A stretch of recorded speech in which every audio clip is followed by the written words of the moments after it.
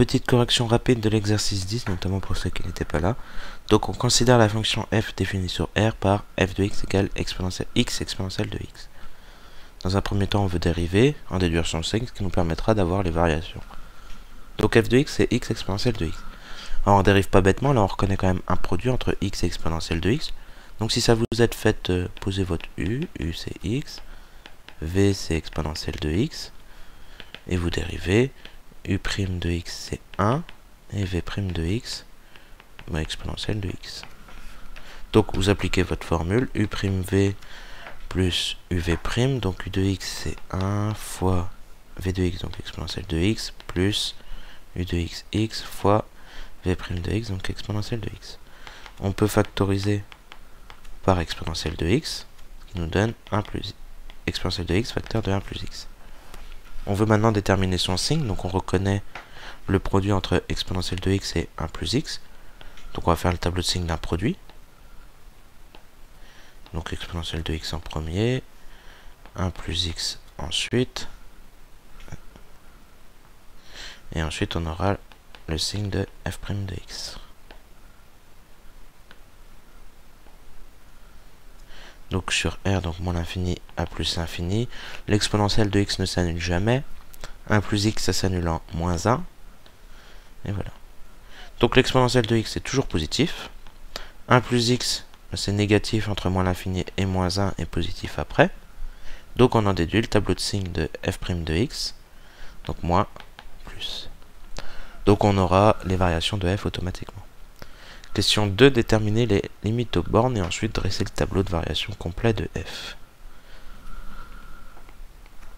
Donc on regarde, tout en haut c'est x exponentielle de x, la limite en moins l'infini.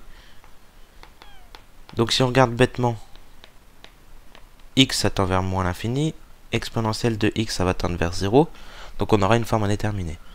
Mais en fait ici c'est juste les croissances comparées qu'on avait en cours, ça c'est vraiment tel quel, ça tend vers 0. Par croissance comparée. On l'a démontré dans l'exercice 9. Maintenant on regarde la limite en plus infini, là il n'y a vraiment aucun problème. X ça va tendre vers plus l'infini, exponentielle de x ça tend vers plus l'infini, donc par produit ça tend vers plus l'infini. Ou par produit direct. Donc on peut faire notre tableau de variation de f.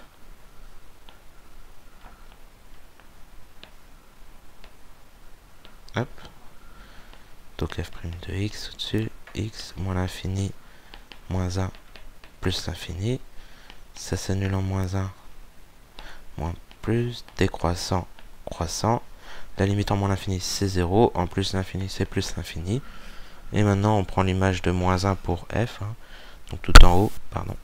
Donc moins 1 fois exponentielle de moins 1, donc moins exponentielle de moins 1. Je préférais moins 1 sur e. Voilà.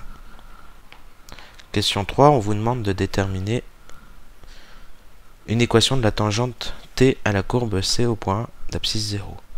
Donc on connaît l'équation de la tangente, la formule. Y égale f' de quelque chose, facteur de x moins quelque chose, plus f de quelque chose. Ici c'est au point d'abscisse 0, donc c'est que des 0. F' de 0, x moins 0 plus f de 0. On calcule à part f' de 0 et f de 0.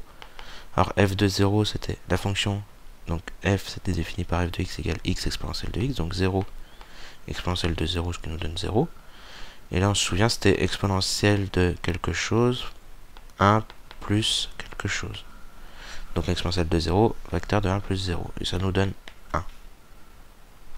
Donc maintenant on remplace dans l'équation de la tangente t, y égale 1, facteur de x moins 0 plus 0.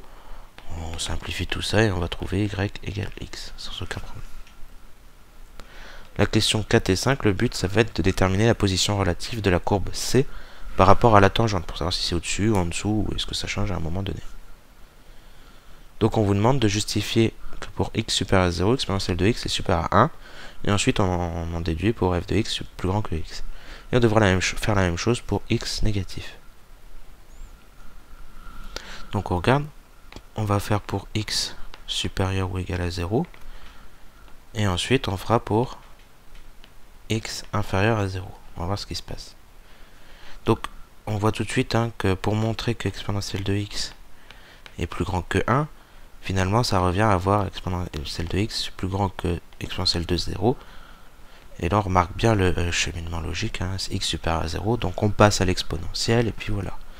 Et pour pouvoir faire ce raisonnement-là, la justification, c'est le fait que l'exponentielle est croissante sur R. Donc, comme la fonction exponentielle est croissante sur R, donc pour x supérieur à 0, on passe à l'exponentielle de x supérieure à exponentielle de 0. Exponentielle de 0, ça fait 1. Ensuite, pour avoir f, je vous remonte l'expression de f, qu'on voit ici, c'est x exponentielle de x, donc il faut multiplier par x de chaque côté. Ça tombe bien, ici on est dans le cas positif. Donc on va multiplier par un nombre positif. On obtient donc x exponentielle de x supérieur à x. Là on fait que des donc. Et donc, f de x supérieur ou égal à x. Donc là on justifie quand même car x est positif, donc on n'a pas changé le sens de l'égalité. Alors on a fait que des donc ici. Pour remonter, est-ce que ça pose un problème? Donc autrement dit, est-ce qu'on a des équivalences? En réalité, on a des équivalences, sauf peut-être ici, pour remonter, parce qu'il y a le cas x égale 0 qui pose problème. Donc entre guillemets, pour remonter, on veut diviser par x, et si x vaut 0, on ne peut pas remonter.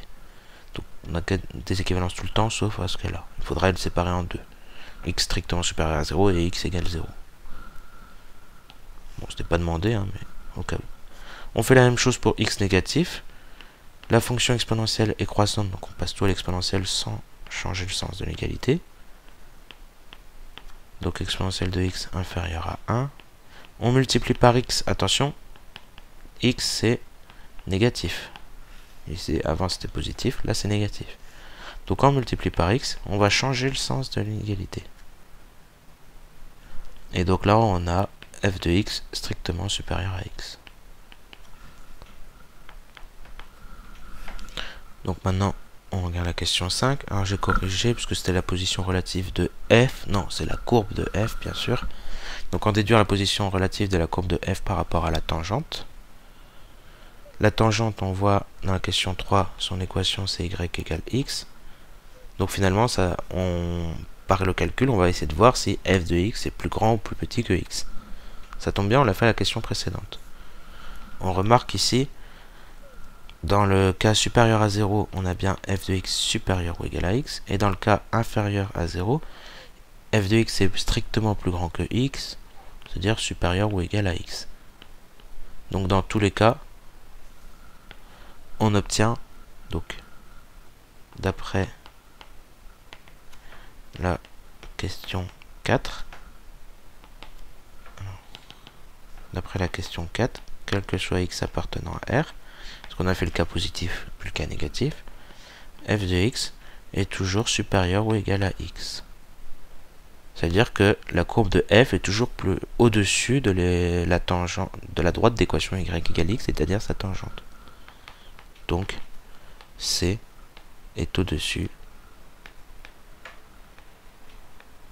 de t sur R. Donc partout, il n'y a aucun problème.